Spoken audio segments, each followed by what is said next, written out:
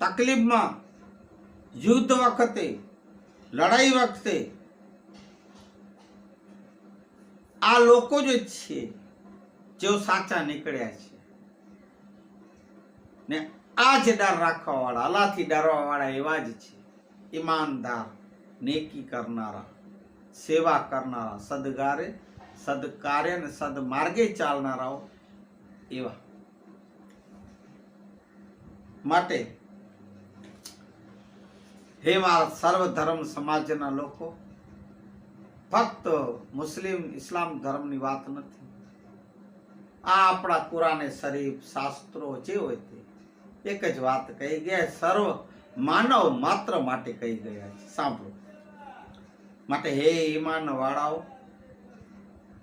અલ્લાહ તાલા કહે છે, હે ઈમાન વાળાઓ, તમારા પર રોજા ફરજ અનિવાર્ય જો કરવામાં આવ્યા, જે રીતે તમારા અગાઉના લોકો પર અનિવાર્ય કરવામાં આવ્યા તેમ રોજા કરવામાં આવ્યા હતા તેમ,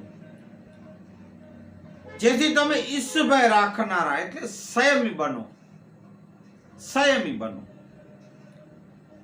ગણતરીના અમુક દિવસો પછી તમારામાં જે કોઈ કઈ બીમાર હોય કે મુસાફરીમાં હોય તો તે બીજા દિવસોમાં એ રોજાની સંખ્યા પૂરી કરી શકાય. એક છૂટછાટ છે, રોજા રાખનારાઓની વાત થાય છે.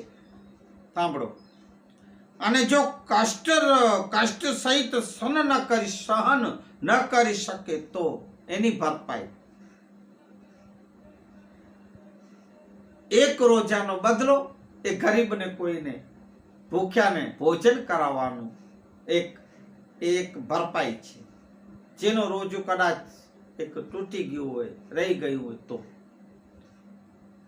તમે રોજા રાખો તો તે તમારા માટે સારું છે.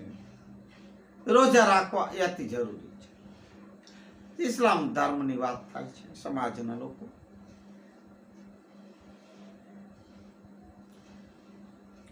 જે કોઈ વધારે ભલાઈ કરે તો તે તમારા માટે ઉત્તમ છે ને. અમારા વાલાઓ, ભલાઈ તો ભલાઈ કરો.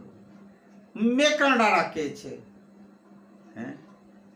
ભલો કેદાત ભલો થીધો ને બોછો કેદાત બોછો એ હી વાટ પઈએ પથરી તેમે મૂકે કોલાતા પોછો. ભલાઈ કરજો, સૌનું ભલું કરજો અને ભલું થાય એવું ઈચ્છજો. અલ્લાહ તાલાની આ વાતો